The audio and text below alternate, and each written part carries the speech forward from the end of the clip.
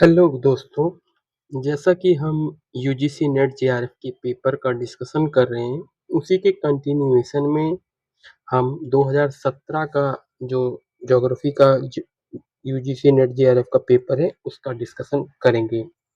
इससे पहले ऑलरेडी हमने 2016 के सारे क्वेश्चंस का इन डेप्थ स्टडी किया है। ऐसा नहीं कि हम केवल ऑप्शंस को देखकर कि भाई इसका आंसर ये है, आगे निकल गए, नो। जो इनकरेक्ट ऑप्शन है, जो उनसे रिलेटेड कुछ कंसेप्ट्स हैं, उनका इन डेप्थ में स्टडी किया है ताकि उनसे रिलेटेड कहीं पर भी क्वेश्चन आए तो आप एलिजिबल हो सकें, आप इतने कैपेबल हो सकें ताकि आप आंसर कर सकें। आज के ही आप वीडियो में देखेंगे ऐसे कई सारे क्वेश्चंस मिलेंगे जो कि लास्ट वीडियो का जिसने एनालिसिस देखा है और even they don't know about anything of geography तो भी वो आंसर कर देगा, इतना मैं श्योर करता हूँ। तो विदाउट वेस्टिंग टाइम हम अपने पहले क्वेश्चन पे चलते हैं।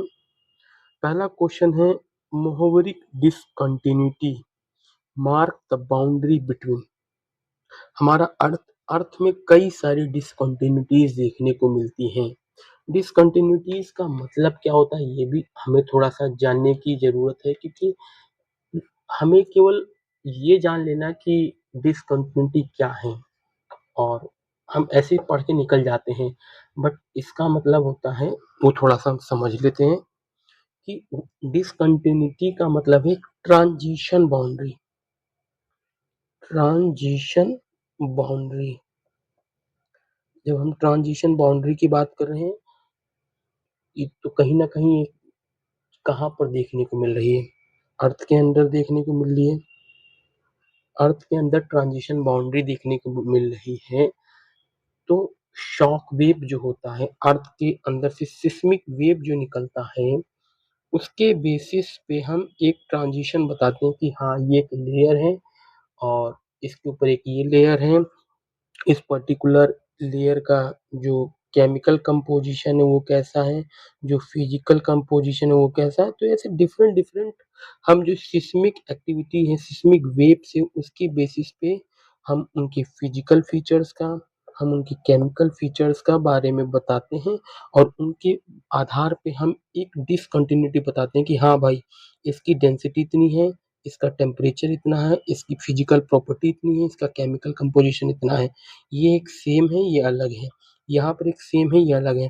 तो इन दोनों के बीच में जो ट्रांजिशन बाउंड्री है उसको डिसकंटिन्यूटी कहा जाता है। क्या है? डिसकंटिन्यूटी कहा जाता है।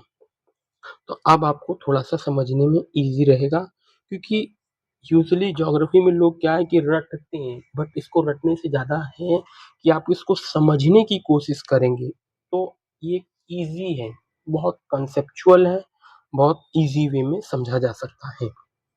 तो मोहवरिक डिसकंटिन्यूटी क्या है? मोहवरिक नेम दिया गया है पर्टिकुलरली कंटिन्यूटीज का, जैसे Conrad continuity, Mohorovicic continuity, Repetti continuity, Gutenberg continuity, Lehmann continuity, ये 5 मेजर कंटिन्यूटी के बारे में बताया गया है। इसको आप याद करने का सीक्वेंस मैं एक बता देता हूँ।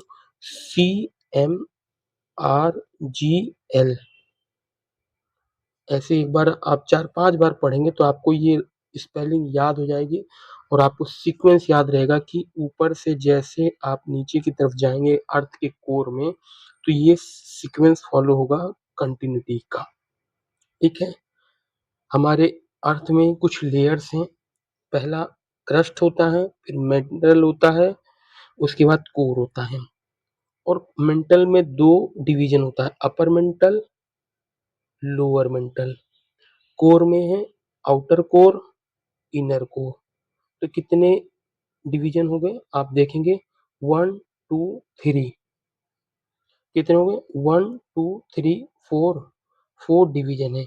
और क्रस्ट में भी upper crust and lower crust देखने को मिलता है। तो कितने डिवीजन हो गए? Upper crust, lower crust and upper crust. तो 5 डिवीजन हो गए। इन्हीं 5 डिसकंटिन्यूटी हुई, यही 5 ट्रांजिशन है जिसके बारे में मतलब बहुत बार क्वेश्चन पूछा जाता है। तो इनको आप बहुत ईज़िली जब समझने की कोशिश करेंगे तो ऐसे आप समझ सकते हैं कि कुछ लेयर्स को हम थोड़ा-सा समझते हैं। ये हमारा अर्थ का एक टुकड़ा है, सिंपल सा समझने की कोशिश करिए। ये ऊपर वाला पार्ट क्रस्ट है, नीचे वाला पार्ट बीच वाला मेंटल है और नीचे वाला कोर। अब इनमें भी एक डिवीजन है, अपर कोर, अपर क्रस्ट, लोअर क्रस्ट। फिर इसमें एक डिवीजन है, अपर मेंटल, लोअर मेंटल। फिर इनके बीच एक डिवीजन है, आउटर कोर, इनर कोर। तो कितने ट्रांजिशन है? 1 2 3 4 5। ठीक है, आपको ये पता है। हमने अभी बताया कि CMRGL, तो यहाँ पर CMRGL, कोनार्ड, मोहवरिक, रेपटी, गुटेनबर्ग, लेहमैन। ठीक है, अब आप इसका आंसर खुद दे सकते हैं। Mohorovicic discontinuity mark the transition boundary. Transition boundary किसके बीच में है? मोहवरिक कहाँ है? अब ये देखिए, ये है मोहवरिक। तो किसके बीच है? Lower crust and upper mental के बीच। तो यहाँ पर आप देखिए, कॉन्टिनेंटल शेल्फ, ओशियन ऐसे बात कर रहा है कुछ, तो ये इससे रिलेटेड तो नहीं है यहाँ पर आंसर हमारा, इसको इनकरेक्ट। एस्थनोस्फेयर एंड लिथोस्फेयर ये भी नहीं है, कोर एंड मेंटल नीचे भी नहीं है। यहाँ पर एक वर्ड मिलता है, crust and upper mental, crust and upper mental. इसका करेक्ट आंसर क्या हो गया? थर्ड इसका करेक्ट आंसर हो गया। आप सेम इसी लॉजिक को ऐसे फ्लो करके एक दो बार बनाएंगे, आपके लिए लाइफ टाइम के लिए याद हो जाएगा।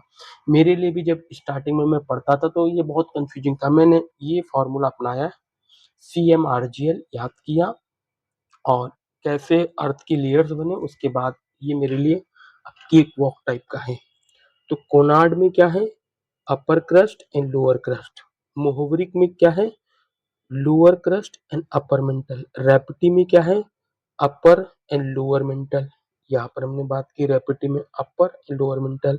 गुटनबर्ग में क्या है? Lower mantle and outer core, lower mantle and outer core. Lehmann में क्या है? इनर और आउटर कोर के बारे में। तो हमारा करेक्ट आंसर हमें मिल गया है। नेक्स्ट जो हमारा क्वेश्चन है, the process in which one plate, एक प्लेट स्लाइड करेगी बिनेथ अनदर। एक प्लेट बिनेथ मतलब उसके अंदर जा रही है। ये सिंपल सा समझने की कोशिश करिए। दो प्लेट है, दो प्लेट एक दूसरे से टकराएंगी तब एक सबडक्ट होगी, अदरवाइज दूर दूर चली गई तो कोई सबडक्शन नहीं होगा, वो उसके नीचे नहीं जा पाएगी। स्लाइड मूवमेंट कर गई तो भी एक दूसरे के अंदर नहीं जाएंगी। बट जब कन्वर्जेंट होगा, कन्वर्जेंस होगा, तो ये ऑटोमेटिकली कन्वर्जेंट जब प्लेट बाउंड्री बनेगी तो सबडक्शन होगा, और सबडक्शन जब होगा तो एक प्लेट दूसरे के अंदर जाएगी। तो कुछ प्लेट बाउंड्री का जो कंसेप्ट है, जब कन्वर्जेंट प्लेट बाउंड्री होती है, दोनों एक ही डायरेक्शन में मूव कर रहे हैं, आप देखेंगे इधर से ये मूव कर रहा है, इधर से ये मूव कर रहा है, तो हैवी प्लेट क्या होगी? सबडक्ट हो जाएगी। तो ये सबडक्टिंग स्लैब बनेगा, ये एरिया जो सबडक्ट हुआ। और इन एरिया में मतलब जब कोई चीजें, यहाँ से आप गए, इधर से आप गए, यहाँ से ये इसका जो अपर पोर्शन इधर चला जाएगा, सबडक्ट होगा, तो ये थोड़ा सा यहाँ पर एक लाइन ट्रेंच खाई बनेगी, जिसको ट्रेंचेस भी कहा जाता है। यहाँ ट्रेंचेस का भी फॉर्मेशन होगा। सेकंड वाले डाइवर्जेंट प्लेट बाउंड्री में दोनों अलग अलग डायरेक्शन में मूव कर रहे हैं, तो यहाँ पे ये कब होगा? जब सी फ्लोर स्प्रेडिंग देखने को मिलेगी। और सी फ्लोर स्प्रेडिंग हमने ऑलरेडी लास्ट वीडियो में बात किया है। किसने दिया है? हैरी हेस ने, इसके बारे में भी बात की हुई है। तो आप इसलिए सीक्वेंस में वीडियो देखेंगे तो आपके लिए इजी रहेगा। Transform plate boundaries, transform plate boundary की जब हम बात करते हैं तो दोनों प्लेट ना तो कोई कन्वर्जेंट कर रही है, ना कंस्ट्रक्ट कर रही है कोई लैंडफॉर्म, ना डिस्ट्रक्ट कर रही है, बट स्लाइडली एक दूसरे से किनारे किनारे मूव कर जाएंगी। तो इनका एक बेस्ट एग्जांपल है सेंट फॉल्ट, सेंट फॉल्ट जो इसका बेस्ट एग्जांपल है। और इसी पे भी आपको एक क्वेश्चन भी देखने को जस्ट नीचे देखने को मिल गया।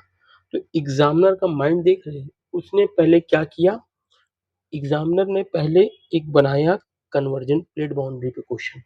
कन्वर्जन प्लेट बाउंड्री पे क्वेश्चन बनाने के जस्ट बाद अब उसके दिमाग में प्लेट्स के बारे में टॉपिक चल रहा था। तब वो सोचने लगा किस पे बनाऊं, किस पे बनाऊं। उसने अगले जो ट्रांसफॉर्म बाउंड्री का एग्जाम्पल है उससे रिलेटेड क्वेश्चन बना दिया। तो इसीलिए कहा जाता है कि जब आप बहुत डीप में चीजों को समझेंगे, उनके कंसेप्चुअल क्लैरिटी लेकर रखेंगे, तो आपके लिए क्वेश्चन आराम से इजीली केक वॉक की तरह काम करेगा। तो सैंड्रियासिस फॉल्ट इज ए क्या है? ट्रांसफॉर्म। इसका आंसर पहला तो ये सबडक्शन जोन, सबडक्शन होता है। San Andreas fault is a transform fault, converging fault, submergent fault, spreading fault. क्या है? हमने एक बात की, ट्रांसफॉर्म फॉल्ट। नेक्स्ट है which one of the following is a fluvio glacier deposit. Fluvio glacier के बारे में हमें लास्ट ही वीडियो में बात किया था। इरोजन्स के थ्रू कौन से फीचर्स लैंडफॉर्म बनते हैं, डिपोजिशन से कौन कौन से लैंडफॉर्म फीचर्स बनते हैं, इसके बारे में बात किया है। और अब आप यहाँ देखेंगे उसका ही एग्जाम्पल, उसी से रिलेटेड क्वेश्चन फिर पूछा गया है। तो जिसने 2016 का पेपर का एनालिसिस किया होगा ऑटोमेटिकली इस क्वेश्चन को आंसर दे देगा। इस लूसिस प्लेन कहाँ मिलेगा? आपको देखने को मिलेगा एओलियन जो लैंडफॉर्म होते हैं वहां पर देखने को मिलता है। फ्लड प्लेन कहाँ देखने को मिलेगा? मैराइन लैंडफॉर्म जो होते हैं वहां पर देखने को मिलता है आपको। पानी से रिलेटेड ये फ्लड प्लेन आपको यहाँ नहीं देखने को मिलेगा। पेडी प्लेन एक एंड फीचर है, इरोजन के बाद देखने को मिलता है ये, नॉट डिपोजिशन। यहाँ डिपोजिट की बात कर रही है। बट केम टेरेसिस की जब हम बात करते हैं, ये फ्लूवियो ग्लेशियर डिपोजिशन फीचर है। नेक्स्ट जो हमारा क्वेश्चन है, who among the scholar has given subsidence theory related to coral reef. Coral reef से रिलेटेड सबसिडेंस थ्योरी किसने दी थी? इसका राइट आंसर है डार्विन। डार्विन डार्विन मतलब एक तरह से अलग ही पर्सन है, इसने बहुत सारे वर्क किए साइंटिफिक फील्ड में। बट अब दो तीन ऑप्शन है, इनके बारे में भी हम थोड़ा सा जानने की कोशिश करते हैं। पहले पर्सन है डेली जी। इन्होंने भी कोरल रीफ से रिलेटेड थ्योरी दी जो कई बार क्वेश्चन पूछा गया और ऑलरेडी हमने डिस्कस किया लास्ट वीडियो में। आप फिर मैच कर सकते हैं। तो इसका जो इनका जो थ्योरी का नाम है उसका glacier control theory given by Daly for related to coral reef. Third person है विलियम मॉरिस डेविस। इन्होंने साइकिल ऑफ इरोजन की बात की, ट्रायो ऑफ इरोजन प्रोसेस की बात की, जिसमें स्ट्रक्चर, प्रोसेस एंड टाइम, तीन चीजों को इन्होंने ट्रायो ऑफ इरोजन प्रोसेस बोला, जो साइकिल ऑफ इरोजन के लिए इंपॉर्टेंट थी। तो इस पे भी कई बार क्वेश्चन पूछा गया है। ये साइकिल ऑफ इरोजन किससे रिलेटेड है ये भी पूछा गया है। तो सिंपल साइकिल ऑफ इरोजन होती है, जो कि नॉर्मल साइकिल ऑफ इरोजन भी कहा गया है। ये रिवर से रिलेटेड है। रिवर को ही सिग्निफिकेंट क्यों माना गया? क्योंकि ये ऑलवेज एवरी जगह पर मिल जाएगी और इसका इम्पैक्ट बहुत लार्जर देखने को मिलता है। ठीक है।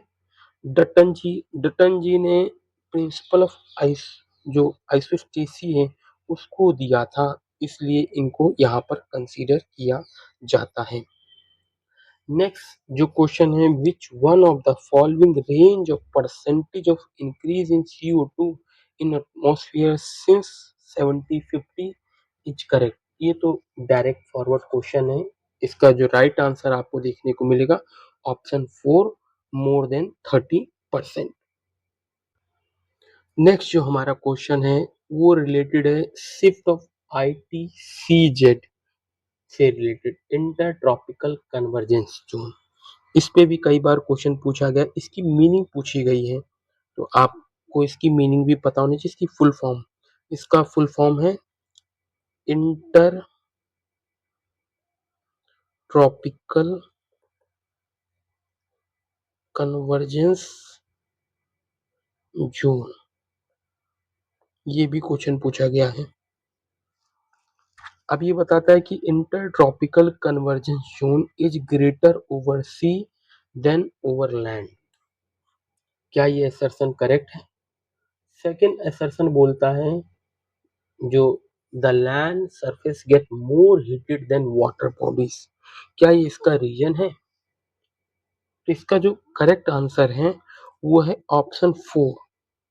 इसका जो असर्शन है वो इनकरेक्ट है, बट जो रीजन है वो करेक्ट है। क्यों? The shift of ITC is greater over land not sea. क्यों ऐसा देखने को मिलता है, ये भी हमें बात करते हैं। Greater over land than over sea, ये इन्होंने जो एग्जामिनर ने इंटरचेंज कर दिया है बस।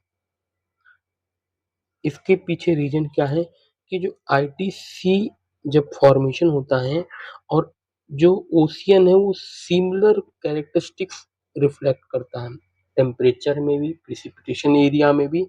इस वजह से जो शिफ्ट होता है आईटीसी जेट का वहां पर कम देखने को मिलता है।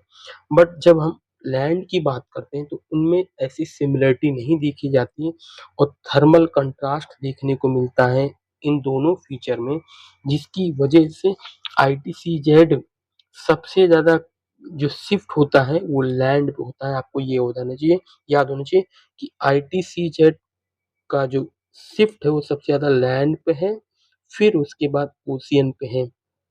बट लैंड सरफेस जो सबसे ज्यादा हीट होता है वो कहाँ पर भी होता है, वो सेम लैंड पर ही होता है, फिर उसके बाद वाटर बॉडी भी होता है। क्यों लैंड पे सबसे ज्यादा, लैंड सबसे ज्यादा मतलब हीटेड क्यों होता है, उसके पीछे रीजन है कि इसमें ओशियन की तरह कोई मूवमेंट नहीं होती कि आप लैंड सरफेस लेंगे तो ये बहुत डेंसिटी वाला होता है, तो इसमें जो पेनिट्रेशन है इंसुलेशन का वो ज्यादा दूर तक नहीं जाता। इसी में इसकी जो टेम्परेचर वो मतलब रह जाती है, जिसकी वजह से क्या है ये टेम्परेचर इंक्रीज हो जाता है, मोर हीटेड होता है। बट जब ओशन की बात करते हैं हम तो ये बहुत डीप तक जा रहा होता है, जिसकी वजह से टेम्परेचर डिस्ट्रीब्यूट हो जाता है यहाँ से लेके यहाँ तक, और इसका जो टेम्परेचर है कंपेरेटिवली लैंड से कम रहता है।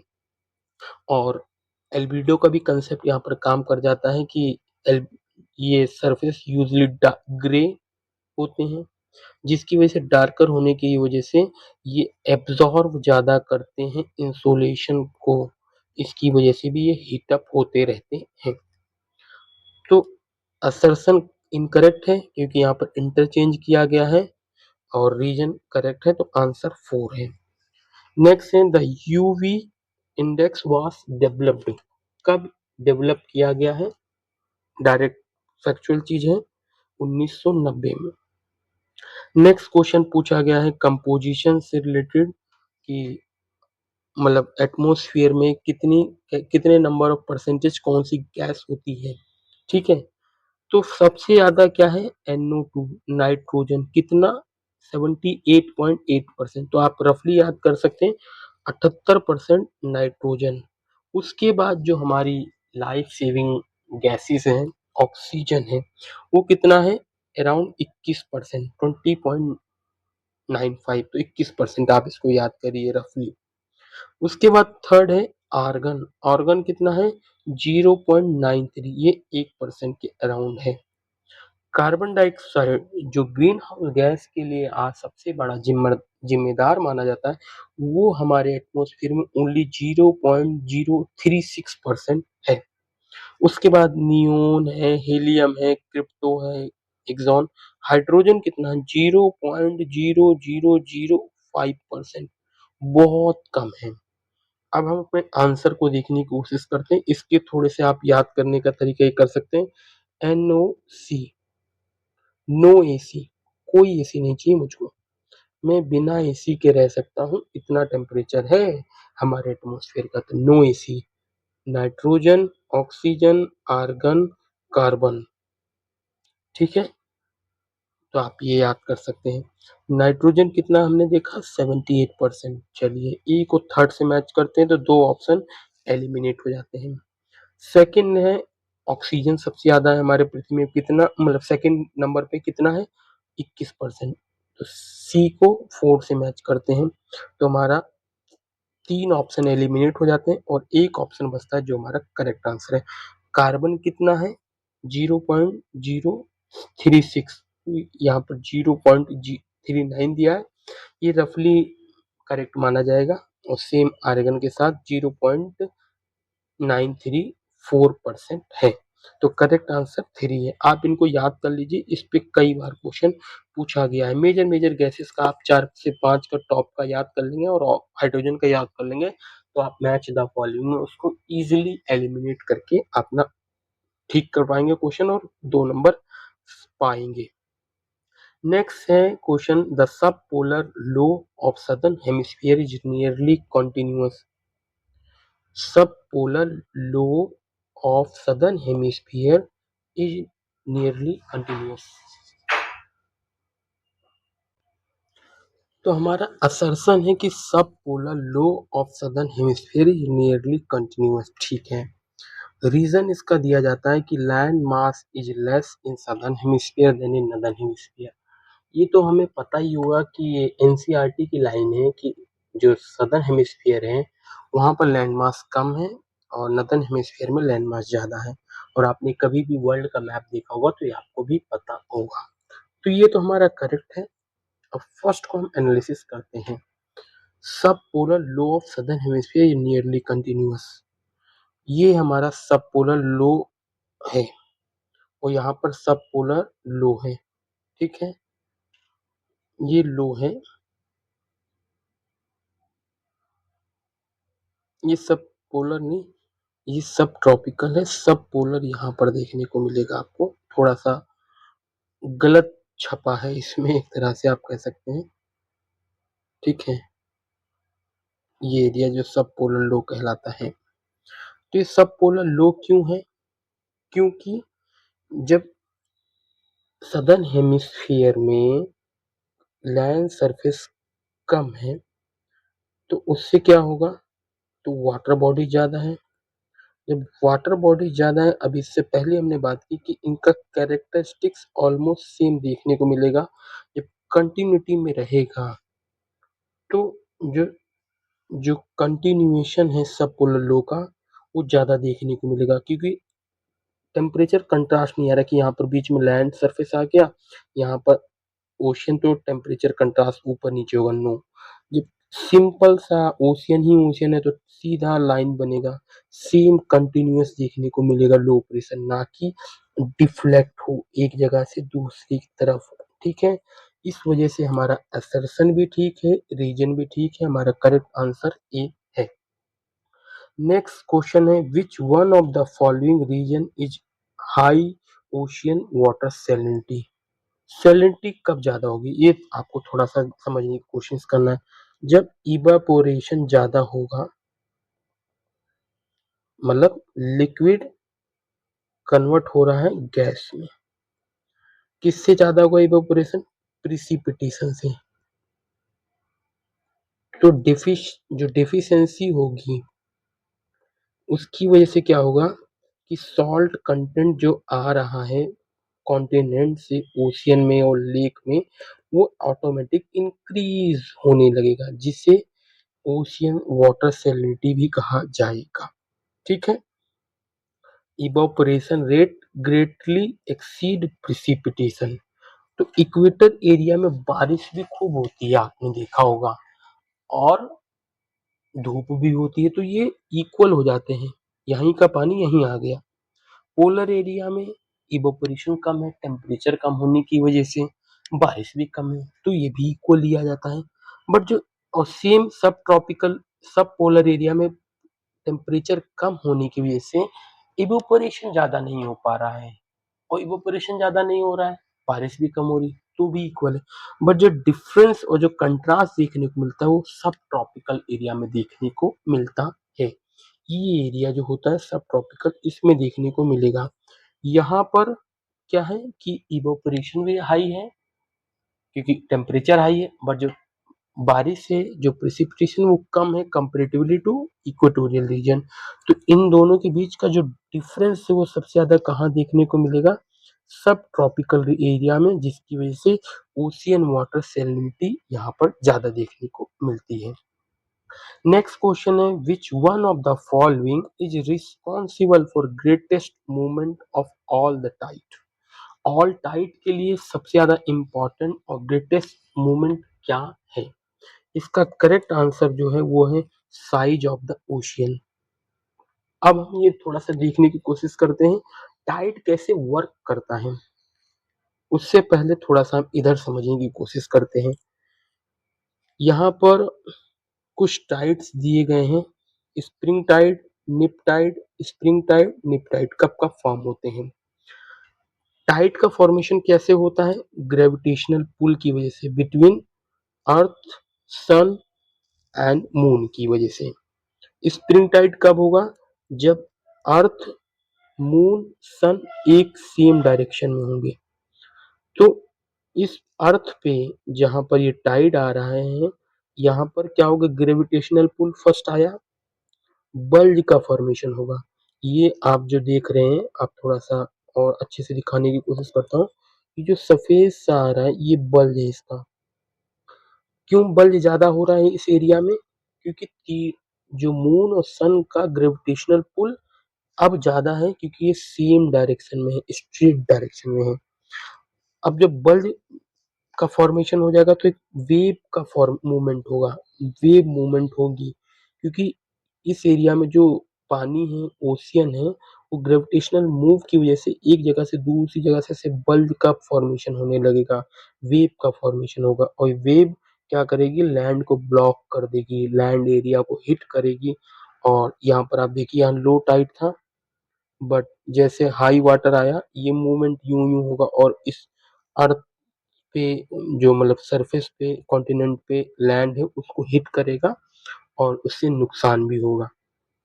तो स्प्रिंग टाइड कब फॉर्म होगा, जब अर्थ, मून, सन तीनों स्ट्रेट डायरेक्शन में हो। निप टाइड कब फॉर्म होगा, जब ये समकोण में हो, रेक्टेंगल डायरेक्शन में जब होते हैं। तो जो ग्रेविटेशनल पुल है थोड़ा इधर भी लग रहा है, इधर भी लग रहा है, तो यहाँ पर जो स्ट्रेट इन दोनों की पावर एक साथ ग्रेविटेशन पुल को अट्रैक्ट कर रही थी, अब वो डिफ्लेक्ट हो रही है, इस वजह से निप टाइड का फॉर्मेशन होगा, जो कि थोड़ा सा कम मतलब विनाशकारी होता है। अब ये सिचुएशन यहाँ से अर्थ मून करके इधर भी आएगा, तो दोनों तरफ का बल्ज का फॉर्मेशन होगा, इधर भी, जिसे लूनार टाइड भी कहा जाता है, स्प्रिंग टाइड कहा जाएगा। और निप टाइड में ये सेम सिचुएशन, जो यहाँ पर मून था इस साइड, यहाँ पर अब ये इधर थर्ड क्वार्टर में देखने को मिलेगा। तो लूनार एंड सोलर टाइड दो तरह के टाइड है। सोलर टाइड दो कंडीशन ये शुरू वाले हैं आप देखेंगे, और लूनार टाइड इस तरफ आपको देखने को मिलेंगे, जो कि अपोजिट डायरेक्शन में यूजली मिलेंगे, जहां पर आप मून होगा, सोलर टाइड यहाँ पे सोलर होगा। ठीक है, तो इसका जो करेक्ट आंसर है वो साइज ऑफ ओशियन ज्यादा इंपॉर्टेंट है, क्योंकि जितना साइज ऑफ ओशियन बड़ा होगा उतना वाटर कंटेंट होगा, उतना ग्रेविटेशनल पुल का इम्पैक्ट और वेव फॉर्मेशन का इम्पैक्ट और बल्ज फॉर्मेशन मूवमेंट तेज होगा। तो जो ग्रेटेस्ट मूवमेंट जब टाइड का के लिए क्या इंपॉर्टेंट है आप कहेंगे, और जो आंसर है हमारा वो है size of ocean. Next question कहता है कि which one of the following percentage of distance from earth surface is correct for perigee of moon than apogee. क्या है इसका करेक्ट आंसर, 12%। ये फैक्चुअल है तो इसको याद करना पड़ेगा। पेरिज और एपोरिज क्या है, कि जब मून बहुत नियरेस्ट है, पास अवे है किसके, अर्थ के, उसको पेरिज कहा जाता है, और जब मून उससे बहुत दूर है उसको एपेरिज कहा जाता है। सेम अर्थ सन के जब बहुत पास है उसे पेरिहिलियन कहा जाता है। सन जब अर्थ के दूर है, away from the sun, then it called aphelion, and pass away from sun it called perihelion। तो ऐसे पास से पेरी और पास से पेरिज को याद कर सकते हैं, अवे से दूर, अवे से एपिहिलियन और एपोरिज को याद कर सकते हो। ये कुछ चीजें मैंने बताई, इससे रिलेटेड कई बार क्वेश्चन पूछा गया है। नेक्स्ट क्वेश्चन है असर्शन इन रीजन का। Western side of ocean are always warmer than eastern margin.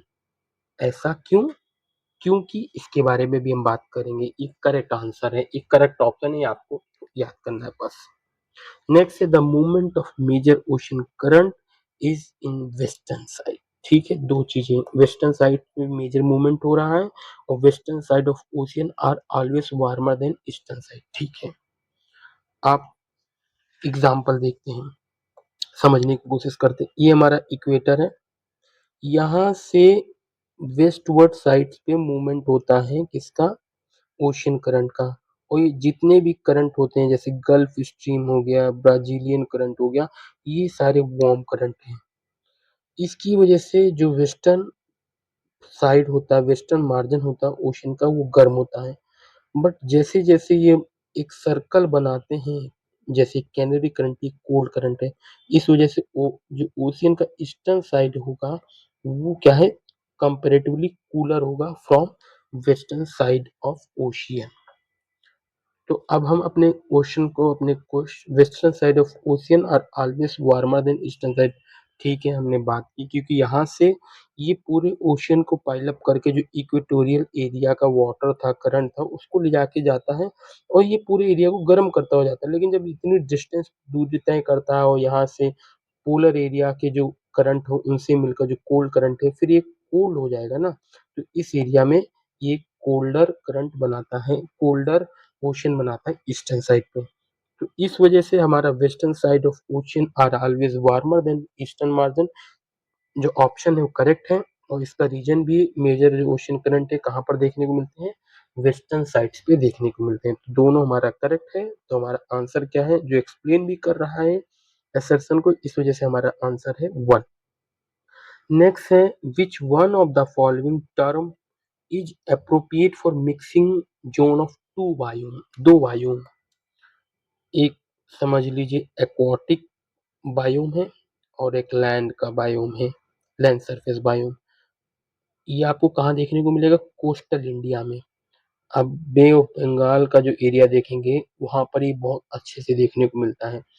तो ओशियनिक बायोम अपना है, इसका एक अपना मतलब इकोसिस्टम है।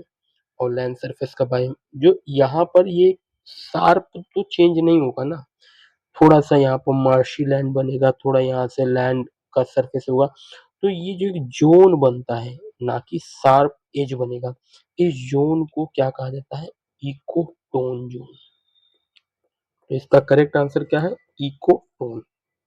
कुछ और ऑप्शंस दिए गए हैं। एनवायरमेंट, एनवायरमेंट क्या होता है, sum total of all living, जितने भी लिविंग थिंग हैं and non living thing. For example जितने एनिमल ह्यूमन हैं, इधर जितने भी पेड़, climate and other non living things हैं, वो सराउंड करते हैं ऑर्गेनिज्म को, उसको एनवायरनमेंट कहा जाता है।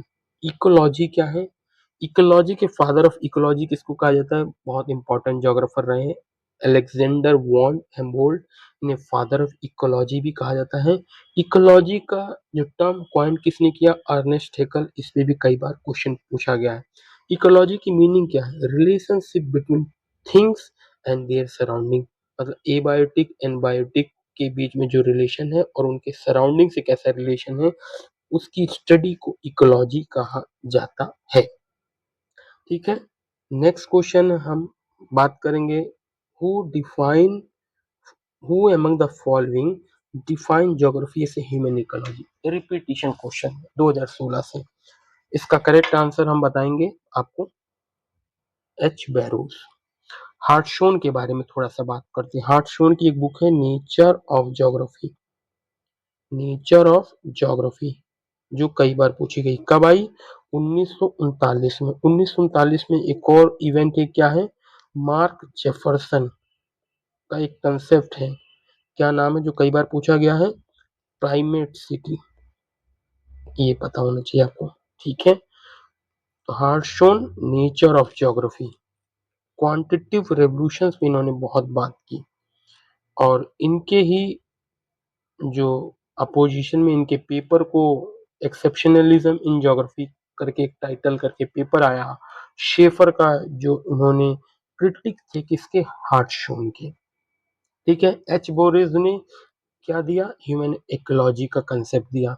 रिक्टोफन की जब बारे में हम बात करते हैं, रिक्टोफन भी बहुत इम्पोर्टेंट ज्योग्राफर हैं, इन मतलब पर्टिकुलरली जब हम मॉडल्स इन ज्योग्राफी पढ़ रहे होते हैं, पर्सपेक्टिव इन ज्योग्राफी पढ़ रहे होते हैं, क्योंकि इनका कंट्रीब्यूशन जो है वो आप देखेंगे कि मतलब अनबियरे मतलब टाइप से रहता है कि इनका कंट्रीब्यूशन आप नहीं मैच करेंगे। बहुत ही अलग 19th सेंचुरी के ज्योग्राफर हैं। इन्होंने कोरोलॉजी एंड कोरोग्राफी पे बहुत सारी बात की, और इनका वर्क जो स्पेशली आप देखेंगे चाइना में देखने को मिलता है, जिन्होंने लॉसेस पे बात की थी।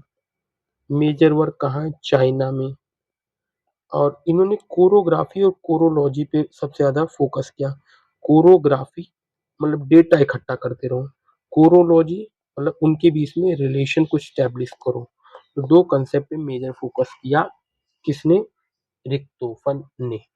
ठीक है, तो ये हमें इनके बारे में पता होना चाहिए। कोरोग्राफी एंड कोरोलॉजी पे रिक्तोफन ने काम किया, चाइना में मेजर काम किया है। इनकी बुक्स हैं जो चाइना से रिलेटेड है, जैसे China the result of my travel and study based theory, ऐसे ऐसे डिफरेंट डिफरेंट बुक्स देखने को मिलती हैं। नेक्स्ट जो हम चलते हैं, who among the following define geography as a discovery of predictive pattern. Predict करना, प्रिडिक्ट कब होगा? कब जब मॉडल का फॉर्मेशन होगा। मॉडल का फॉर्मेशन कैसे होगा? स्टैटिस्टिक्स पे जब मेजर फोकस किया जाएगा, जब क्वांटिटिव रिवोल्यूशन पे ज्यादा फोकस किया जाएगा, मैथमेटिकल्स पे ज्यादा फोकस किया जाएगा ड्यूरिंग क्वांटिटिव रेवोल्यूशन पीरियड। ऐसा कौन है भाई?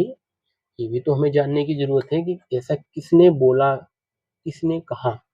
तो विलियम बंगे बहुत इंपॉर्टेंट थे, इन्होंने ऐसा बताया।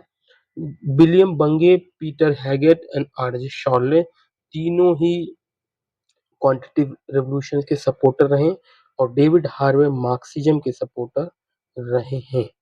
ये आपको पता होना चाहिए, ऐसे रिलेटेड कई बार क्वेश्चन पूछे गए हैं। नेक्स्ट क्वेश्चन है, who among the following correlated the colour of ocean water and salinity. ये सारे जो ऑप्शन है, ये सारे पर्सन, इनके बारे में ऑलरेडी मैंने डिटेल में एक एक पर्सन पे मैंने बात की है लास्ट वीडियोस में, जितने भी 2016 के पेपर है, इसलिए मैं रिपीटिशन नहीं कर रहा हूँ। आप एक सीक्वेंस में देखेंगे तो एक थॉट डेवलप होगा। मैं रिपीटिशन करके आपका टाइम जाया करूँ तो वो भी अच्छी चीज नहीं है ना। तो who among the following correlated to the colour of ocean water and salinity. अब इन ऑप्शन में जब आप पढ़ेंगे तो आप देखेंगे कि इंडियन मानसून पे एक पर्सन था जिसने बात की थी। कौन था? अल मसूदी। ठीक है, ओशियन वाटर एंड सैलिनिटी की बात कर रहे हैं। खल्दून की एक बुक है मुकद्दिमा, ये कई बार पूछा गया है। मुकद्दिमा पॉलिटिकल ज्योग्राफर थे। ठीक है, और इसका जो करेक्ट आंसर है अल मसूदी है। नेक्स्ट, मैच द फॉलोइंग का क्वेश्चन है, बट इसमें पूछा गया कि कौन मैच नहीं करता है। आप बुक्स को पढ़ेंगे तो मतलब खुद आंसर निकल जाएगा आपका। Geography a modern synthesis, explanation in geography, all possible world, repetition question, special organisation. लेकिन आपने डेविड हार्वे, जो कि पोस्ट मॉडर्निटी के बहुत बड़े ज्योग्राफर रहे हैं और वेलफेयर ज्योग्राफी के बहुत बड़े एग्जाम्पलार रहे हैं, उनके बारे में पढ़ा होगा। तो उनकी बहुत सबसे फेमस बुक जो है उसमें से एक है एक्सप्लेनेशन इन ज्योग्राफी। तो जैसे ही आप इसको स्ट्राइक करेंगे दिमाग में तो आंसर मिल जाएगा। वो जीपी मार्स की बुक नहीं है ये, पीटर हैगेट की बुक है। पीटर हैगेट ऊपर ही थे, इनकी एक बुक का नाम आप याद कर सकते हैं, और geography a modern synthesis. P James last year 2016 में आया है ऑप्शन में। ऑल पॉसिबल वर्ल्ड इनकी बुक है। एबलर, एडम एंड गोल्ड की बुक है स्पेशल ऑर्गेनाइजेशन। तो इनको आप याद कर लिया करें जो इनकरेक्ट ऑप्शन है, क्योंकि यही क्वेश्चन नेक्स्ट ईयर या उससे नेक्स्ट ईयर बनकर आते हैं। नेक्स्ट जो टॉपिक है मैच द फॉलोइंग का है। कुछ आइडियोलॉजीज दी गई है, कुछ प्रोपोनेंट दिए गए हैं। Stop and go determinism NCERT 11th में दिया है। किसने दिया? ग्रिफिथ टेलर ने। ग्रिफिथ टेलर ने क्लाइमोग्राफ पे काम किया है, क्लाइमोग्राफ पे दिया है। रेस की बात की है, 5 रेस की बात की इन्होंने। ये कई बार क्वेश्चन पूछा गया। क्लाइमोग्राफ पे क्वेश्चन पूछा गया, रेस पे क्वेश्चन पूछा गया। ओएच के स्पैट पे क्वेश्चन पूछा गया, क्या है इनका? ओएच के स्पैट ने क्या है, प्रोबेबिलिज्म दिया, प्रोबेबिलिज्म पे बात की। तो भाई दो लोगों को हम मिलाते हैं, stop and go determinism Griffith Taylor, B का 3, एक ऑप्शन एलिमिनेट। प्रोबेबिलिज्म को जब हम 4 से मिलाते हैं, ए का 4, दो ऑप्शन और डिलीट, हमारा राइट आंसर आ जाएगा। सिस्टमैटिक ज्योग्राफर कौन है? हाम्बोल्ट। हाम्बोल्ट की एक बुक का क्या नाम है? कॉस्मोस। इन्हें फादर ऑफ इकोलॉजी भी कहा जाता है, ठीक है। इनके नाम पे पेरुवियन करंट को हाम्बोल्ट करंट भी कहा जाता है, ठीक है। मॉडर्न ज्योग्राफर कौन कहे जाते हैं? Ritter, call Ritter. Call Ritter की एक बुक का नाम है अर्ड कुंडे, ये कई बार पूछा है। आप ऐसे याद करके और लिख के रहा करें, ठीक है। नेक्स्ट जो क्वेश्चन है कि which one of the following total fertility rate is required to maintain world existing population, जिसको रिप्लेसमेंट रेट भी कहा जाता है, ये आपको पता होना चाहिए। रिप्लेसमेंट रेट क्या होता है भाई? 2.1%। तो करेक्ट आंसर ये है। नेक्स्ट क्वेश्चन, जिसके बारे में भी मैंने लास्ट वीडियो में 2016 का जब पेपर डिस्कस किया, उसमें बहुत डिटेल में बात की है कि अर्बन एरिया का डेफिनेशन क्या क्या है। 4 फीचर बताए जाते हैं कि कोई भी एरिया जिसमें म्युनिसिपैलिटी हो, कॉर्पोरेशन हो, कंटेनमेंट एरिया हो, नोटिफाइड टाउन एरिया हो, उसको अर्बन एरिया कंसीडर किया जाएगा। तो ये ऑप्शन करेक्ट है, ठीक है। नेक्स्ट है एटलीस्ट 70% ऑफ मेल पॉपुलेशन, ये ठीक है, मेल वर्किंग पॉपुलेशन। यदि यहाँ पर फीमेल कर दे तो भी वो ट्विस्ट कर सकता है, और यहाँ पर वो एग्रीकल्चर कर दे तो ट्विस्ट कर सकता है, लेकिन ये ऑप्शन करेक्ट है। At least 70% of male working population engage in non agriculture activity, ये करेक्ट है। थर्ड जो फीचर है वो है मिनिमम पॉपुलेशन 5000, ये भी करेक्ट है। फोर्थ है density of population 400% per square kilometre, no, it is 400% per square kilometre.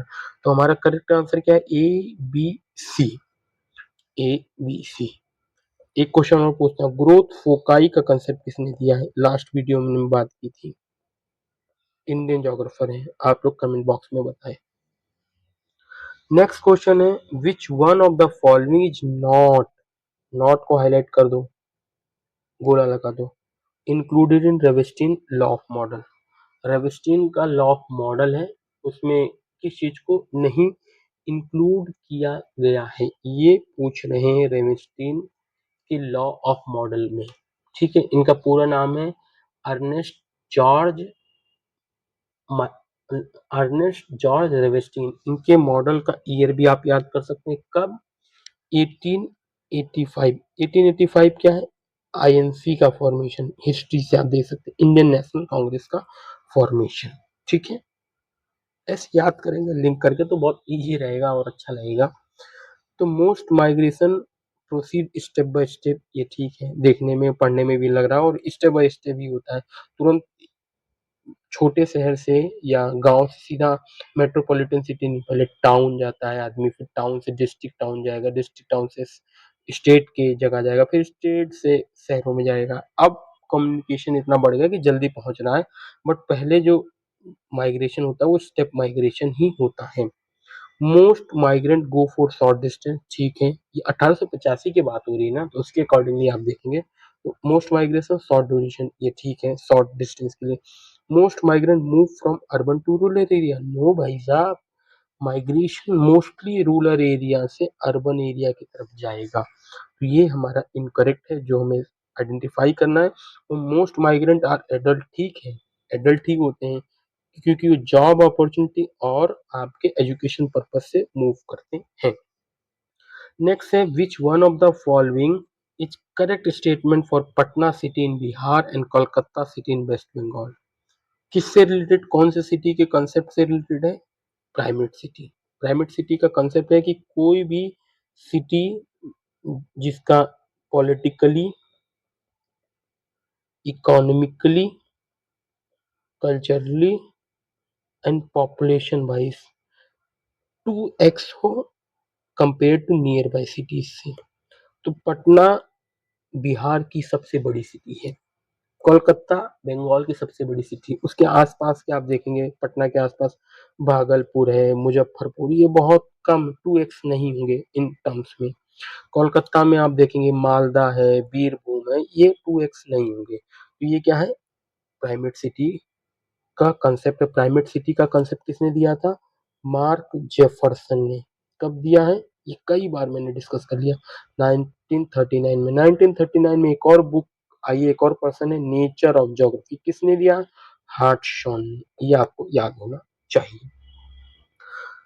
किस्टॉलर का मॉडल है अर्बन हायरार्की का, जिसको सेंट्रल प्लेस थ्योरी भी कहा जाता है। उन्होंने कुछ की वैल्यूज दी थी, उन वैल्यूज को मैंने लास्ट वीडियो में, और किस्टॉलर के मॉडल को मैंने स्पेशली कंसेप्ट वाले जो हमारा सीरीज है उसमें मैंने डिस्कस किया, आप उसको भी देख सकते हैं, क्योंकि हर बार ही पूछा जाता है। बट मैं के की वैल्यू को याद कराने का एक तकनीक बता दे रहा हूँ। आप बनाए MTA, MTA market transport administration. Market में क्या है कि कंपटीशन होता है, कई सारी मार्केट खुल सकती हैं, ठीक है, तो इसकी वैल्यू कम होगी, तो क्या है, के की वैल्यू 3 है इसमें। तो ये ट्रांसपोर्टेशन सर्विस कौन, गवर्नमेंट प्रोवाइड कर रही है, तो ये है कि ये प्रोवाइड करेगी लार्जर एरिया को ट्राई करेगी, इसका वैल्यू के की वैल्यू क्या होगी 4। एडमिनिस्ट्रेशन वो पूरे एरिया को कैटर करने की कोशिश करेगा, ना कि छोटे छोटे एरिया को, कि मार्केट एरिया को कैटर कर लो, जितना एडमिनिस्ट्रेशन है उसका कैटर कर लो, नो। ट्रांसपोर्ट है जितना उतना कैटर कर लो, इसलिए एडमिनिस्ट्रेशन की वैल्यू 7 है। वो सारे जो एरिया है सबको कैटर करेगा। तो K4 किस चीज को डिनोट करेगा, ट्रांसपोर्टेशन को। तो करेक्ट आंसर क्या है हमारा, ट्रांसपोर्टेशन। तो thank you for listening and watching, please do like, review and comment in comment section. कुछ सजेशन है, कुछ इम्प्रूव करना चाहिए, कुछ ऐड करना चाहिए, वो आप बताएं, और अपने दोस्तों के साथ भी इस वीडियो को शेयर करें। Thank you for listening and watching.